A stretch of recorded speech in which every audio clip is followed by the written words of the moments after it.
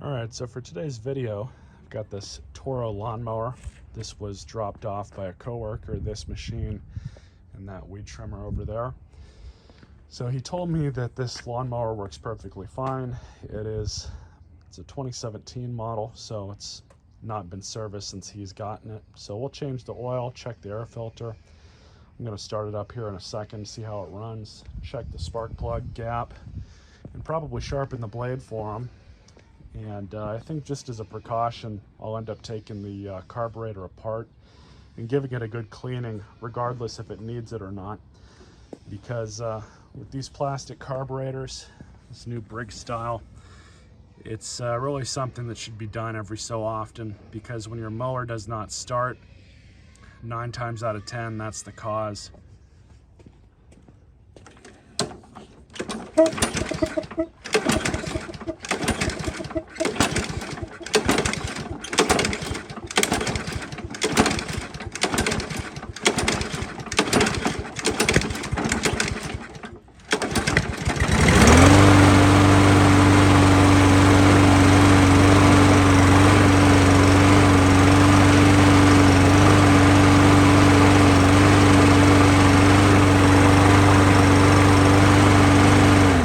About 10 pulls to get it to start. It is cold. I've not run it since I haven't run it at all, so I don't know when the last time it was started. It's probably going to be a good thing to pull that carburetor apart, give it a good once over. All right, so we'll pull off the filter cover. Filter doesn't look too bad. We'll vacuum this out and blow it with some compressed air. Pinch off the fuel line. 7mm, 5/16 on the side.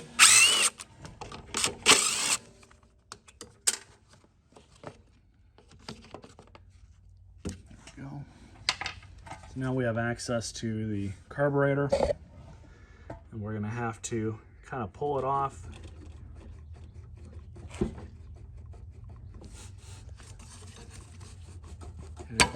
Now you'll see with these linkages, you just want to very carefully kind of rock the carb a little bit.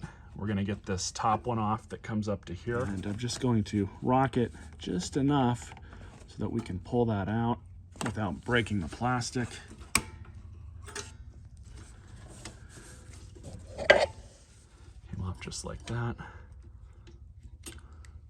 There we go. And then you don't want to forget these. That's something that can stay there. So we'll put these back into the carburetor, go from there. So with these carburetors, they are pretty simple to service. All you need is a 7mm socket. Take both of these screws out. And then I like to get a flathead screwdriver, large one, and find a spot to kind of open up the bowl. There is an O-ring in these that do make them a little bit of a pain to get off. That's what it's supposed to do. So you just get underneath it like that, open it up, and there you go. So again, these carburetors are really simple. Your float pin, you can pull these out. And I've really never seen anything go wrong with the floats on these carburetors yet.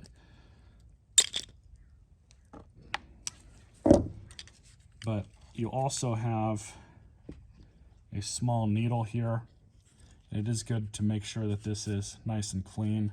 So we'll clean all this stuff off before I throw it back on. But the vast majority of the time where these carburetors have an issue is with this pickup tube set right here, this emulsion tube or whatever you want to call it. Briggs refers to it as just a simple jet, but that's the part number.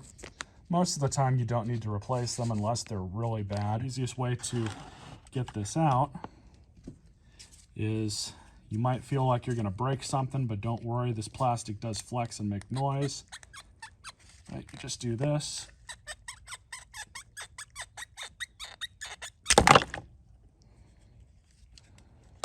Make sure you're kind of angled so you don't get fuel all over yourself. So that's the offending part right here. And once we clean this out a little bit, it'll probably be a little easier to start, but we can check the condition of the fuel. And for the most part, it seems to look okay. Yeah, it's nice and clear. So he has been taking care of this machine. This is just normal maintenance at this point. So off camera, I'm gonna turn on the air compressor. That thing is really loud, so you guys won't hear any of that going on, but we can further take this apart and clean this up. And for this, it actually can break it down into two pieces.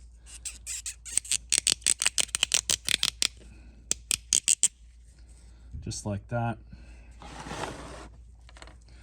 And you want to make sure that all three of these holes you can see through, which this one I can. You want to also make sure that this hole up here you can see through, which we'll ream that out a little bit. And this hole down here you want to make sure is all right as well. Now to clean these out, I just use a small piece of wire, and I just do a number like this. Some people say, oh, you might ream it out too much, but the reality is you're not going to do that. So we'll ream these out and clean them up just a little bit. You're not really going to have an issue with these. I can see that they're not dirty, so I'm not overly worried about them, but we'll do it anyways just for the video. And then the bottom one as well.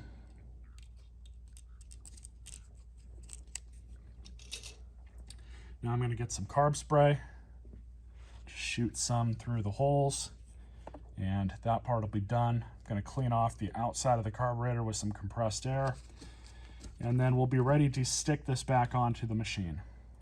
All right, so I just cleaned everything up. At this point, we can start assembling the carburetor. So first thing you want to do is grab your floating needle, and you're just going to put these back in place, just like that. And grab your float pin.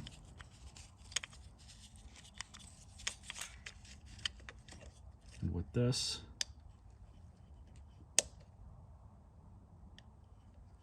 just want to make sure you get it right into that slot.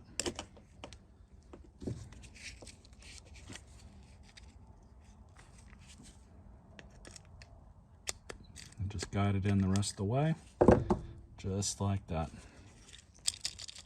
Working as it should. Now here's another point that I would like to make with these carburetors. If you look down into the throat there, you can see this white ring that's going around the center. You want to make sure that that is centered and flush as it's supposed to be, and you'll know that because if you look up in through here, through this little hole that's up here in the corner, you'll be able to see right through that into the throat of the carburetor. Now if that is not lined up, you'll just see a white piece of plastic that's in the way, and you won't be able to get this in. So we're just going to put this back together.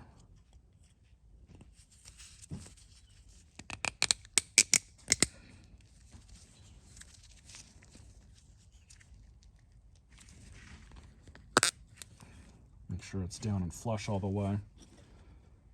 And then, easy thing to remember here, this can only go in one way, as I was saying.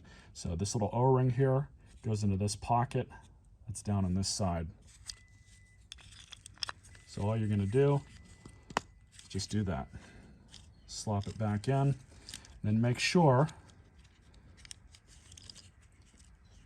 that you can see, I don't know how well the camera can see it, but you can now see the nub, the little nub popping up in the center of the carburetor. And that's how you know you have it reinstalled correctly. So now with this can only go on one way. Basically you want it so that this little bottom piece of the jet assembly goes right back into that pocket. So you try and stick it in the wrong way, it just flat out will not go on. So you can kind of see here, goes right in just like that. And then just Throw that back in.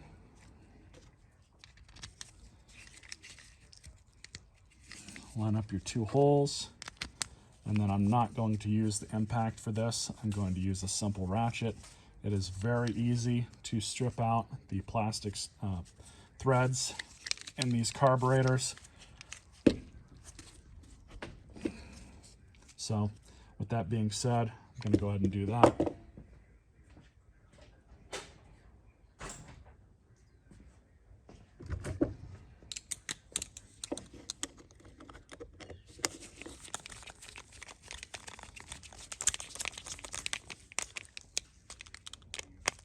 And you really only want to tighten these up until they bottom out. You don't want to put too much torque on them. So that's how you clean out one of these carburetors. And now you want to make sure this last piece here, this O-ring, goes right back into this little pocket. And then the retainer clip, that just pops back in as well.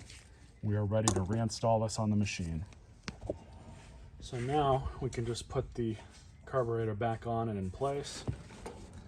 And you just got to carefully glide everything back in. Simple as that. And we just put the airbox back in place. And with this, you just want to make sure that this nub here goes onto the back.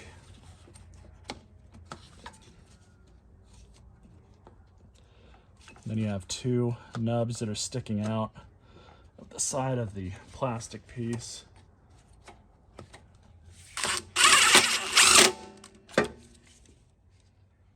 These are going into metal nut plates at the back. So you're not going to strip these out. But these, on the other hand, you're going to want to use either a ratchet or a screwdriver, because they are going into the plastic threads of the carburetor. So just start those.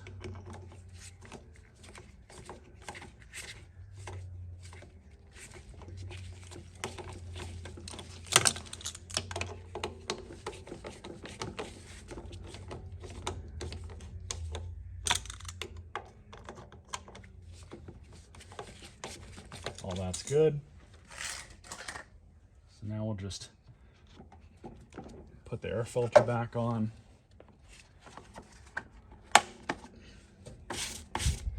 Now we can check the spark plug next. And then after that, I'm going to change the oil.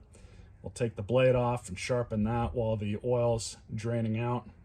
And should be good to go after that.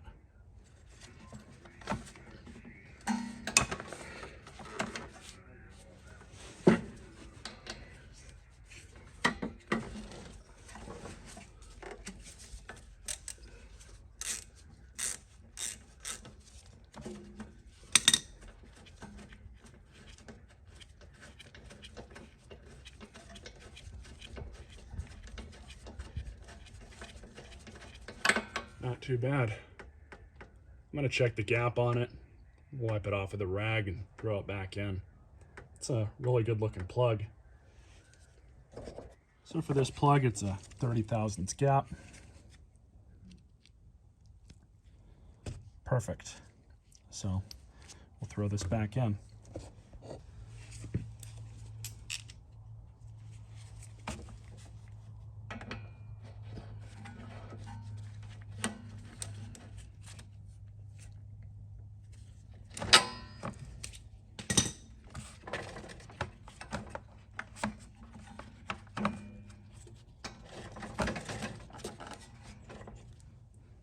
Go. So I am going to leave the boot off though, just because I've got to pull the blade off and drain the oil. So to drain the oil on these engines do not have a bottom drain bolt. Unfortunately, that was something that was common on the old models. So we'll just pull the dipstick out.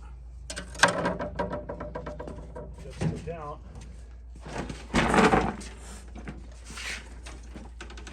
Tip the mower over.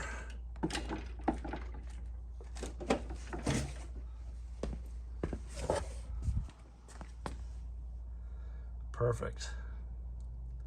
So we'll just let all that drain. Now I'm gonna pull the blade off.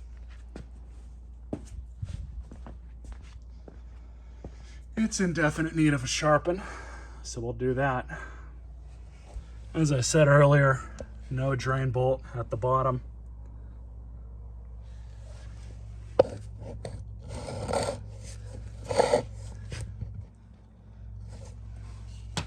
We're just gonna pull the blade off.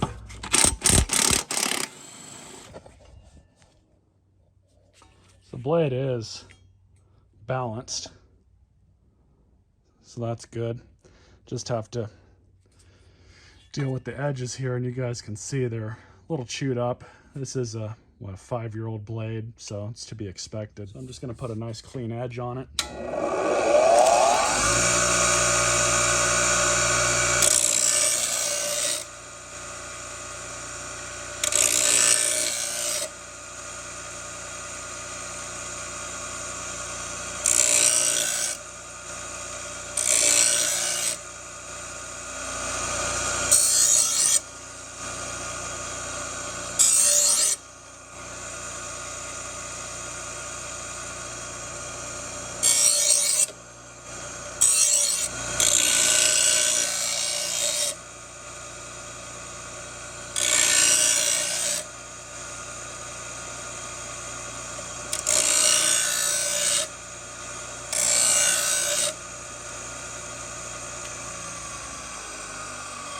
I don't know how well the camera can see this, but it's got a much nicer edge on it. So we can go ahead and stick it back on the machine.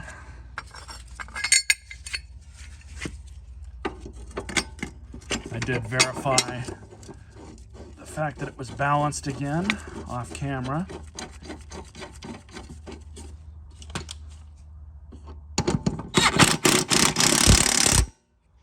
Now, these only take about 12 or 15 ounces of oil, if I remember correctly. It's not very much, so I'm just going to pour in a splash at a time and then measure it as needed.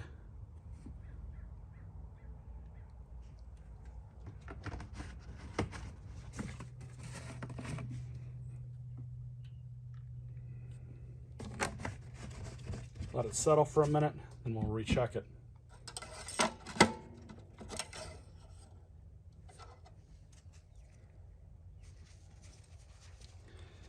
Just right about where it should be. So we'll run it for a bit. It's a little over the bottom dot, but actually I take that back. It's right where it should be. So call that good. Take it outside and run it for a bit. Plug the spark plug back in.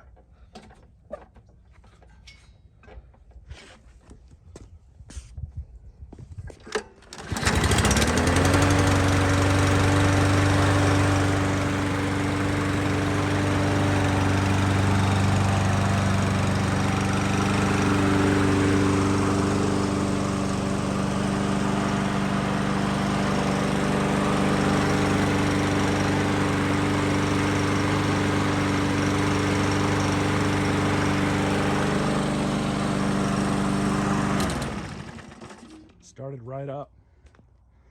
The carb cleaning probably did the trick. Hope you guys enjoyed this video. I'm gonna let it run for a bit more off camera and then give it a bath and send it on its way. Stay tuned for more.